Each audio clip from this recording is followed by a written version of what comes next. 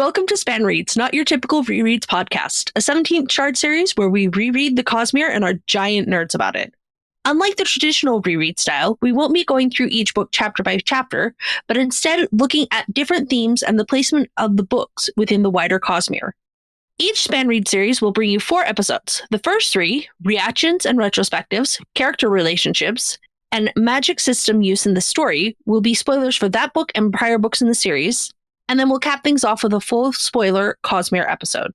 Today we will be talking about the Way of Kings. Joining me is Ian. Hey, I'm Windrunner. David. Hey, I'm Windrunner. Joshua. And I am Jofwu. Hi, and I am firstRainbowRose. This episode is going to have spoilers for the Way of Kings only. So, retrospectives, what all did you guys forget? What did you look forward to getting back to? Let me say, this is kind of not about the book itself, but I actually was excited to read this time because I got to read my Leatherbound. This is the first reread I've done since I got the Leatherbound, and some people maybe don't like to open them at all, but I was excited, and I did this read with my Leatherbounds, and it was fantastic. So that was a lot of fun. Oh, nice. I audiobook them because I like being able to do things while I'm listening and driving around a lot, and being able to listen at 2.5 times speed means that I actually get through them rather quickly. You went for 2.5 times? I put it on 2 very briefly and thought that I was going to have a stroke. Like I was really having to focus. I've worked my way up to 2.5, but Michael Kramer is so slow when he normally reads. He drives me bonkers. Oh my gosh. I like it. It's like an epic tale. Just nice and slow. That takes 45 hours. I debated doing the graphic audio for this because I've been doing that for all of Mistborn. But then I procrastinated a lot, and I had to get Way of Kings done in a couple days. So I had to rely on my own brain to speed read through everything. I'm not much of so I can't speed read, but I did find that rereading it this time was really smooth and easy to do. I've been reading some other books lately by different authors that are a little bit more dense. This was a really refreshing read to me to be able to go. I mean, it's a nice balance. The pacing is really good. The action is really fun. It's just easy to read. And so I really enjoyed that. Mm-hmm. I definitely know that Way of Kings has the reputation of being kind of the slow book. I feel like that's a thing that people say a lot. And I'm sure that at this point, I'm pretty biased because I've read it and obviously love it so much. But I was just not feeling it. Like all the Kaladin flashbacks, I was like, oh, this is this moment. This is how it feeds into who Kaladin's going to become. It all just felt super relevant and super fun to see these characters at the beginning of their journey again. It's probably considered slower because there's not as many fighting action scenes. That's one thing that I was kind of surprised by going back through, because there are action scenes, but aside from the tower, there's not a lot of just stab, stab, stab, fight, fight, fight, kill, kill, kill for multiple pages in a row. Yeah. Not that Brandon does that terribly often anyway, but I'll definitely reiterate that it's kind of a comfort read at this point. I've read it so many times. It's like snuggling up into a big comfy chair. And it's like, oh yes, this is familiar. But what kind of surprised me with is that as much stuff happens in this book, it all happened faster than I was expecting. One thing that jumped out to me was from the first time they practiced the side carry to the disaster at the tower that gets Kaladin strung up. I always remember that as being a long stretch of time. They're back-to-back chapters. I'm like, oh, this just happens immediately. Okay. Yeah. Or Shallan in the hospital room, from her waking up to Capsol's death and the reveal of, hey, I stole your soulcaster, is all in one chapter. I'm like, really? There weren't there multiple chapters of this? Really? Yeah, no. It's definitely very fast paced with the action that does happen. Mm-hmm, for sure. I definitely also forgot how different the structure of the book was compared to at least Words of Radiance and Oathbringer. You know it, but I always forget because there's no Shallan at all in part 4, is there? She kind of has her part 2 and part 4 are 2 and 4. Okay, that's what it is. Yeah, it's like there's a brief part 2. I'm pretty sure it's part 2 with Dalinar writing to Jasnah. Like the span read, like she draws the picture. It's like Jasnah mentions a new word, and it's like, oh, like there's a tiny little thing there, so we don't forget about her. But yeah, she's completely absent. Mm-hmm.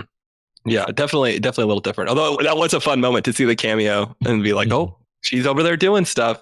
I did like it. It was kind of, sometimes it is hard to follow all the characters at the same time, and it's nice to give people a little time and then jump back to see what they've been up to. It definitely allows you to focus a bit more on, so you basically just have two characters. I guess with Dalinar, it's him and Adolin really are pretty balanced. It allows you to focus on just those two characters. And I guess that's something that I forgot about this book mainly to some extent, is how focused it is. How compared to, we're not doing spoilers, I guess, but compared to the books that are coming where there's a lot more characters to juggle. Way of Kings is a lot more focused. Yeah, because Brennan's spoken about, he plots each Stormlight book as a trilogy. And for Way of Kings, the 3 books are Kaladin in Bridge 4, Shallan and Kharbranth, and Dalinar and Adolin. Yeah, we get one of those books in every part, and then the other 2 kind of alternate. Whereas in future books, it's more broken up by parts. The parts themselves are the books rather than being spliced together. Yeah, there'd be a weird trilogy as individual books. You'd be like, man, I'm not seeing a lot of parallels here. Yeah.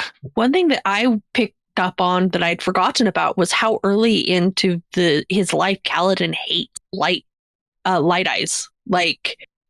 You think that he starts to hate them because of what Amaram did to him, but even when as a kid, he hates light eyes. And his absolute hatred for them just kind of grows as his life continues. Yeah, that is true. That's something I had forgotten how strong that through line is in the Way of Kings, and how Kaladin is just basically, anytime the light comes up, he's like, oh, they're all corrupt and they should all die. That's my opinion. And which is, yeah, he's definitely emphatic about his opinions. Brandon is good at foreshadowing in general. I particularly enjoyed it in this book because there's a lot of little things, like in the scene where Taravangian has lunch with Shallan and Jasnah. They have a brief aside about forgiveness, and he's like, oh yeah, that doesn't apply to me. Which at the time, it's like, oh, you're just like the kindly old king. Like, what do you have to be forgiven about? It's like, oh. And then at the end, it's like, oh, you have to be forgiven for quite a lot. Like, yeah. You are murdering people to get death rattles. Like, you're actually a terrible person, and we don't see it. But yeah, there's also a line in, I don't remember what the line is, but there's a line in the first scene that we see him where Jasnah is still casting the rock. He makes a throwaway line about how he's not as good of a person as people think he is. I feel like the Taravangian reveal is probably like one of my favorite parts of the entire book. And I definitely, when I read it the very first time, I made the mistake of, I was paging back to the Ars Arcanum and I saw the Jasnah Shallan Voidbringer thing. And so I knew that was coming the entire book. So that was not as much of a mind blower when I got there. But the Taravangian thing, I had no idea. And it is just a great reveal. Like that is an awesome thing that Brandon pulled off. And you really, like, Taravangian doesn't feel like anybody relevant. And like, by the end of it, you're just like, oh my gosh, like he's the villain spinning around in the chair. And you're like, wait a minute, what? Like this guy? But something new I actually noticed in this read, we get a lot with Life Before Death, Strength Before Weakness, Journey Before Destination throughout all the books, because Dalinar remarks on it from The Way of Kings, the in-world book, and Teft kind of talks about it with Kaladin. But when Shallan is doing her philosophy research, one of the philosophies, the philosophy of aspiration, which stated that objectives were more important than the steps taken to achieve them. Would agree with what Jasna had done, but that was the philosophy she found most reprehensible. It's like, yeah, because it's the antithesis of journey before destination. It's like, yes, a nascent Knight Radiant would not like that because they're not supposed to do that. That's actually awesome. I hadn't picked up on that. Mm-hmm. There's a lot of Shallan stuff that I know I didn't pick up on the very first time I read the book. There's a lot that kind of where she's almost screaming like, I've got a lot going on here. And if you're just like reading, you're like, oh yeah, she's got a troubled past. I don't really, I don't know about it. We're gonna learn that she killed her father at the end of the book. But I think that you definitely get a better understanding of Shallan if you're reading closely than I had realized at first. Mm-hmm. And like, there's the whole thing about Shallan's shard blade. There's a mention like her greatest shame, like hidden 10 heartbeats away. It's like, I missed that on my first read. Like, I think I missed that I missed that until somebody pointed out. It's like, oh yeah, that's there. I missed the first reference, which is her greatest shame, 10 heartbeats away. But the second reference that is made when she is huddling on her bed, hiding out, it mentions that she puts her hand to the side. And that's, I picked up my first time reading through, I picked up on that one and went, oh, shard blade. Because that's one thing that Brandon does really well is anytime somebody's summoning a shard blade, it's always mentioned that they put their hand to their side. Adolin, when he's pissed off, it's mentioned that he put his hand to the side and then somebody else had to, as though he were going to summon his shard. Mm-hmm. I don't think I even still had picked up on that one. So that's interesting. And I think it's been said before, but the 10 heartbeats thing is done so cleverly because I guess you get it from Seth, but it's not easy to pick up on. You see so many more shard blades after that moment than you do before. Mm-hmm. Yeah. When I'm really engrossed in a book, I have a hard time picking up on a lot of obvious foreshadowing because I'm just kind of going along with whatever the author is like wanting me to believe, I guess. And Brandon especially is good at just like sucking me in and just like telling me like everything he wants me to see. And like I'm really gullible when I'm reading his stuff. It's the sleight of hand. Like, he's laying in all the foreshadowing, and then there's all the distracting stuff that's going on at the same time that he wants you to focus on. Mm-hmm. Yeah, I do think like you sprinkle in cool world information, cool like magic stuff, and like I'm looking over there, and he's also like, hey, I'm dropping the plot over here. Don't mind me. Which so that's another thing that I really like about the Way of Kings is the world building and the stuff that he puts into this book is there's a lot of it. Especially the first book establishes like this whole world that the other books don't have to do, and that's why for a lot of people I think that it's maybe difficult on the first time. But I love how rich it is with that world building. That's one of my highlights, I think. Spinning off of that, one thing I did notice is that we get so much in this book that forms the bedrock for our understanding of so much going forward. That expands a lot, that it's going back. It's like, there's so much here and yet there's so little here. It's like, we know so much more now. It's just like, oh, this is quaint. It's like, it reminds me of thinking back to the time in the fandom before Words of Radiance, where like we were trying to figure out what everything was. We knew nothing. We like, it's like that meme of like, when you put 2 and 2 together, it's like you've connected nothing. You have no idea what's coming. Mm-hmm. It definitely is a very fond, because that's when I first was on the forums and kind of joining the Brandon community as well, was Way of Kings, Alloy of Law time period. And it just like reading things through and being like, oh yeah, I remember that theory about this thing that went absolutely nowhere. And then there are other theories where I'm like, and we were right in book 1 and we found out much, much later. And it's just so satisfying. Yeah, it's like there's a part of me that does miss that period of time in fandom, but it's just fun knowing things. It's just fun going back to I wonder. That's spoilers. It's hard to get specific. You're just like the things that we. I mean, to be fair, this book is the reason we got Odium, because it's also the reason why I met Josh. But that's an entirely different story. My husband, Josh, not Joshua, Brandon was doing a signing at a bookstore before the book came out. And he was like, and I'm going to have artwork from the new book. And at that release, Eric was like, you should ask him about the intentions. And if the intentions are based, we didn't even know that each shard was based around intentions until this book, because of the fact that I was like, what did he say? He mentioned odium. And I was like, oh, that takes away that. And he goes, you do know that odium means hatred, right? And it was like, oh, young enough, early enough in the fandom that we didn't even know that there were like intent behind the different shards until this book. Oh, yeah. I think that it does a good job, I think, kind of hinting that there's something much larger going on here. I remember reading the book the first time, and like you get the things like 3 of 16 ruled. And like I knew there was something else out there. I was like, I don't know what there is. I don't know if it's another series or if it's anything, but you could just tell that there was a bigger story going on. And I think it's honestly kind of pretty bold how much stuff he puts in these epigraphs that it's basically incomprehensible for anybody who has just read this series, and for basically everybody who has read all the other series at that point. You're just kind of like, what does this all mean? Yeah, which like we'll definitely, the letter in particular we'll dig into in episode 4, because there's a lot going on there.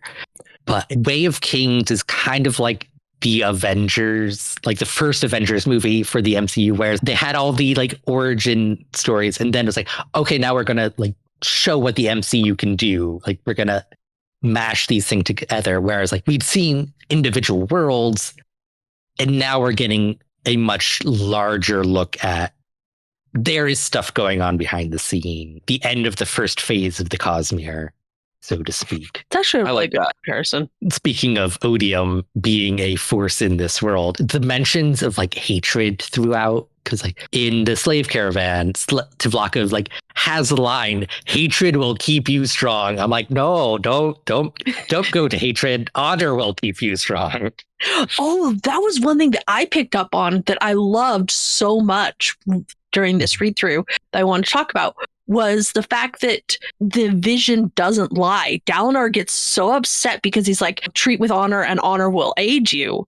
And then he's like, no, honor betrayed me. And it's like, no, honor still helped you. Kaladin showed up. He helps you out.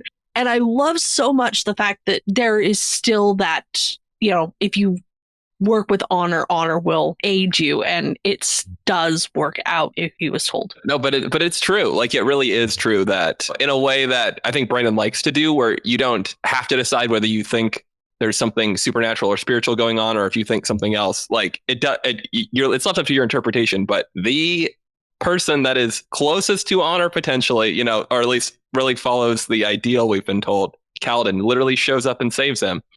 And I like the Kaladin stuff. I'm a Kaladin super fan. No bones about it. It's just phenomenal. Like it is a great book. It makes me emotional. It makes me sad. It makes me like cheer. Like everything is in that Kaladin arc. And that's not to take away from Dalinar and Shallan, but like this, he is the hero. And I know that it's an ensemble cast, but I think at this point we all kind of recognize that Kaladin does get a little bit extra above and beyond other characters at times. Yeah, like there's for this arc. Yeah. There's a reason book 1 is Kaladin's book, and going forward, he has a strong influence throughout, but also spinning off of the visions. In retrospect, it's just so obvious that honor is not actually responding to what Dalinar is saying. That like it's kind of like watching a train wreck where it's like no, like why can't you see that he's not responding to anything you're saying? You're just like timing your words at the right moment that it seems that way. Where it's like, yeah. He's just really hard of hearing, and he just got one question in, and other than that, he's not been responding. And speaking of that vision specifically, where he gets that, act with honor, the Starfall's vision gives me chills. Like even still, like that was the moment where Brandon needed to show what the Radiants were and what it meant to be a Radiant, and just how awesome they could be, and it achieves that phenomenally well. In the prologue, we get Seth doing cool magic system stuff, but like even then we can tell, like as we hear more about the Knights Radiant. Like, okay, like, well, he's not a Knight Radiant. Like, he has magic. He's a Surge Binder. He's a Surge Binder. Not that like we fully understood what that was yeah. at the time. It was a whole thing. But getting to see the Knight is just so cool. There's an implicit promise there that like we're going to get to this point at some point in this series eventually. But another thing I liked is the stakes in this book are completely mundane. Sadeas is the big antagonist, and with Capsule being a minor antagonist. It's like it's all like on the mortal plane, just setting up a baseline before, with implications of supernatural stuff being on the horizon. I definitely agree. I feel like when the scene when Jasnah is writing to Dalinar and she's asking questions, clearly getting at the Voidbringer type stuff. I forgot how it almost seems out of place, you know, because you're like, you know, they're all doing this stuff. They're wrestling with Sadeas. They're trying to figure out how to forge the kingdom. And Jasnah's like, what do you know about the Voidbringer? This is a Voidbringer. And everybody's like, okay, Jasnah, like, are you going to come back anytime soon? Because you need to focus on the real stuff here. But with the reputation that Jasnah has, like, and that readers very easily pick up on, it's like, she doesn't do something for no reason. So there's like, okay, like, why is she focused so much on this stuff? Obviously, that needs to be important. And balancing that with like, oh, Sadeas just left all of us to die. Like, yeah. It definitely, Shallan's plot is super important for the series, and the other plots are very important for the book and kind of establishing some other stuff. Brendan does do a great job, even still at, you know, you go back to Shallan after the tower and you do get that reveal of this is what the Voidbringers are. And in the moment, it doesn't feel like it's, oh, whatever. When you're finding out, it's like, holy cow. And Brendan does such a great job at this thing that throughout the entire book, you're like, okay, this doesn't feel as important, making it still feel extremely important in the moment. And there's some ways that Shallan I noticed tied into Kaladin's arc in part 4, especially with the whole the Jasnah's lesson and I guess the morality thing that they explore with killing the thieves, and then also Jasnah stealing the Soulcaster, and she's trying to explore like the ethics of all of that. And at the same time, somewhere intermingled in there was the whole thing about Lirin taking Wistio's spheres. And Kaladin was having to kind of wrestle with that a little bit. So I thought that was pretty cool. I hadn't picked up on that parallel before. That is cool. Like, this is a minor like writing thing Brandon does that I noticed. We definitely see more examples of this going forward in the series, that like he allows people to discover things and that have that be the viewer's like exposure to something. We don't find out that the Parshendi grow their own armor until Kaladin discovers it in the chasms. And then it's like the immediate next chapter, Adolin, who would know that, because obviously the Alethi have been fighting the Parshendi for 6 years. Like, they've looked at dead bodies. It's like he remarks on as like, oh, they're strange ingrown armor, which like Brandon so easily could have just had that as an offhand reference, but allowing a character to discover it just makes it more satisfying as a reader, in my opinion. For sure. I think it is a similar thing with the Chasm Fiends pupating too, because you see it from Kaladin's perspective and he's like, what are they running at over there? And then you jump to Adolin and you see them on the hunt and you understand it. By the time you're back to Kaladin, he knows too, and you don't have to really worry about that. It ends up working pretty well. Side note, but I love Rock in that scene. Oh, great and wonderful leader. If you can get it off, then so be it. But us lowly mortals. I forgot how many members of Bridge 4 there were as well. Like, so many that I'm like, oh yeah, you died in this book, and you like I had to keep like looking up because I'm like, I do not remember who Narm is, and I'm like, oh, I guess he. Yeah, I see that. I'll get to that. You know, like earless Jax. I'm like, I don't remember this character going forward. I'm assuming he's going to die. And then lo and behold, he died. Oh, yeah. And there are a couple that I was like, I know you have a death rattle coming up. I'm waiting for this. Oh, yeah. Maps. And I think Gadel, yeah. And the Kaladin, I'm just going to keep talking about Kaladin. That's what I do. But the Kaladin, Teft, Rock trio, phenomenal. Phenomenal little group. I love seeing them come together and them just being like the original like heart of Bridge 4. It's wonderful. Bridge 4 is fun to read to me every time because there's all these little characters. Some of them maybe are not, but a lot of them have something unique about them, something memorable about them. And it's on their first time through, you can only pick up on like the really important ones. You know, you get Teft down, you get Rock down, you know, but by the end of the book, you don't remember every little guy. I feel like each time I read, I know them all better. And so I'm able to like focus and remember some of the small ones a little bit better. And this is, I mean, maybe this is kind of a little bit different, but one thing that struck me this time was Sigil. I forgot how resistant Sigil was to Kaladin. Like he's like the most downer of all of Bridge 4 for like this entire book. Long after like Moash, like he gets on board, I guess, with following Kaladin, but long after like Moash is like 100%, you know, Kaladin fan club, Sigil is still like off on the side, grumpy, like not really wanting to participate in anything. So that was something I noticed this time. It's almost not until he has something to engage him scholarly. Yeah. He's like, okay, I'm in. Let's do these tests. How long? How much? Let's do this. He is an interesting little character in the book. I enjoy Sigil. He is a good one. This book is so like focused on the people in Eastern Roshar. And so Sigil is, you know, one of the ways I think that Brandon is able to kind of insert and remind you that this world is a lot bigger than what you're seeing here. Like there are people from all these different cultures with different, you know, ways of seeing the world, and he's able to kind of provide that in Kaladin's POV. Like my memories of Sigil, like his stories about like the eyes of red and blue, or he talks about people throwing fruit at people in Marabethia and the most ancient. Like that does a lot to just like kind of. We've got a good idea about Vorin Roshar. We just don't, but it is a wonderful little peek, and those are the things that definitely stand out in my memory, like even years later, thinking back. One bit of Sigil I really like was like when he tries to talk about the light eyes whose eyes are not light, because Alethi doesn't have a word for noble. Like Alethi is a weird language where it's like all alcohol is wine, all birds are chicken. Like, okay, that's a linguistic choice. But also, like, they don't have a word for noble. They just have light eyes. Because, like, oh, that's the only word you would ever need to describe a noble. Are there any of the interludes that we want to make sure that we discuss? Oh, God. The interludes. These interludes are interesting because I feel like they are the ones that are most, like, long-term of the interludes, or, like, least connected. Like, yes.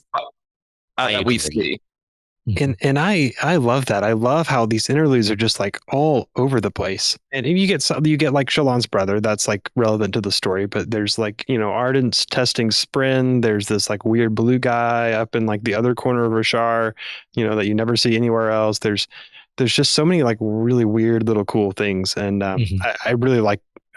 Then that's another way that Brandon kind of like is able to show you that this world is a lot bigger than what you're seeing in the main arc, and I think he does that really well in Way of Kings. I know that it frustrates a lot of people, but I really enjoy it, and I it's especially fun on rereads when you aren't so like deeply invested in that main arc.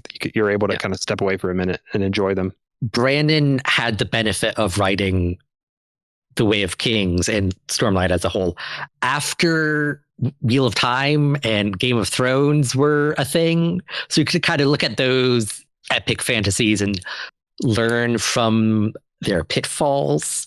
What pitfalls? Cast bloat as a form of exploring the world. It's like, no, we're going to keep the cast small and we're just going to have like short stories showing off different places in the world. Great idea, Brandon. I love it. This book, the interludes, are the most free to just go off and explore Roshar. Whereas in later books, it's like they kind of have to do double duty and like also supporting the story, like of the main plot. which also really works. And I enjoy those, but it's like, it's nice what we have here. Mm-hmm. And I think we know the world better later, so there's less a need to establish other places. That becomes a less important competing interest. Mm-hmm. I liked the Risen one as well. That's always a favorite of mine, just because how weird Shinovar is.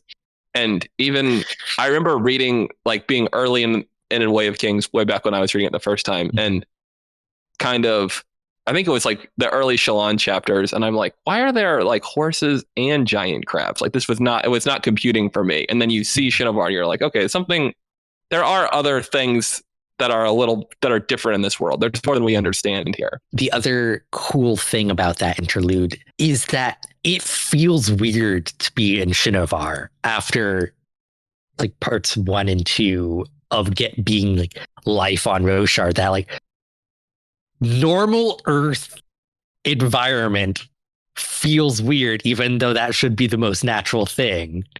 But it's just so different from what we've been experiencing thus far that is like, it's interesting that Brandon can make something that should be so familiar feel strange.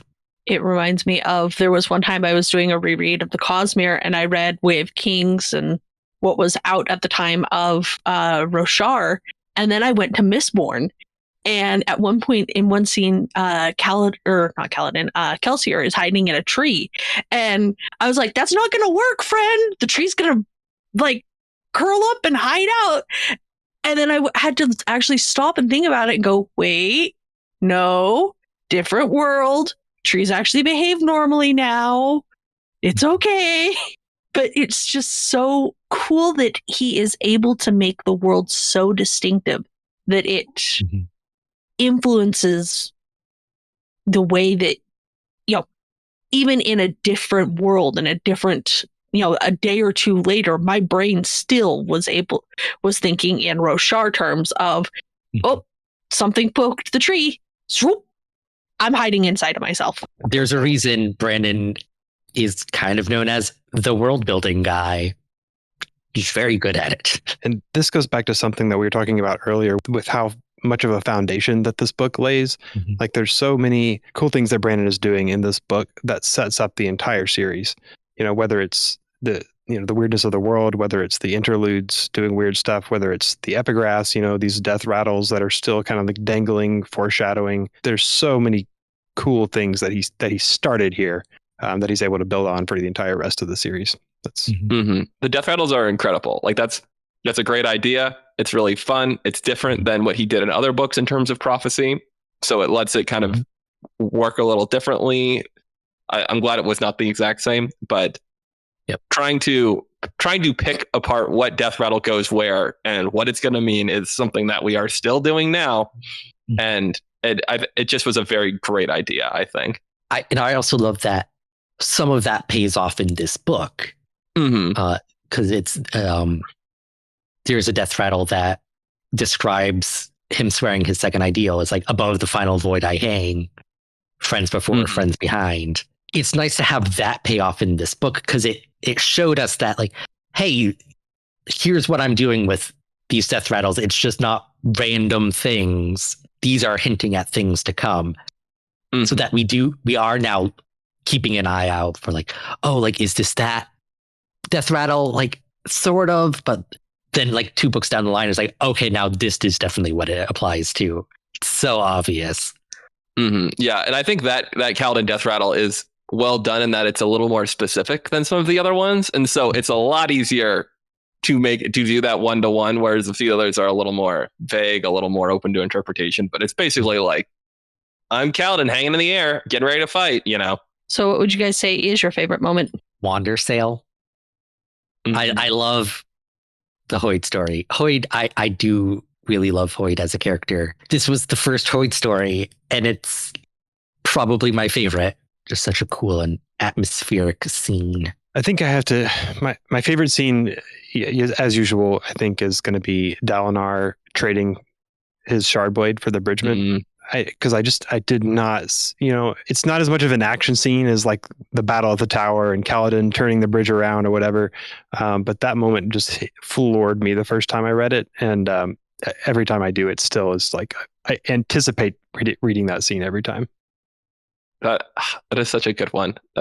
It's a phenomenal scene. I've mentioned a couple that I liked. I think the lesson is very good and continues to inspire vigorous debate to this day, which I mean, it was, this is definitely not, Brandon didn't have this sort of ethical question idea it wasn't an original, his own idea, but it was a very well done sort of, I'm trying to think what is parable, essentially, where you can people can go around and around, and it is very successful. I think that a secondary candidate that is really well done is I really like after the battle and after Dalinar has given away his blade and Bridgefor is just sitting around the campfire back at the end and Kaladin's given the cloak and everything. It's just a very nice kind of like heartwarming, quiet moment where they've kind of done the impossible and they're just sort of resting in it for a little bit, and you can feel bigger, like even more challenging things coming in the horizon, but they've got like just this little moment to relax and celebrate just what they've accomplished, and it's awesome.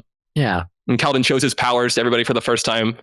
Like everybody gets to see it properly. It's pretty cool. I want to comment on the lesson again, because this is also the book where we get the Hoyd line is like, the purpose of a storyteller is not to answer your questions, it's to give you questions to think upon. And I'm like, yeah, Brandon, you succeeded with the whole lesson thing, because that's a huge question people are still talking about. Mission accomplished. Awesome. Any other thoughts? Did you have a favorite moment? Oh, do I have a favorite? Oh, I don't have any one moment that stands out. My memories of this book are wrapped up in my life around the book. So for me, this book as a whole has a very special place in my heart, because like I said, it's the reason why I met my husband.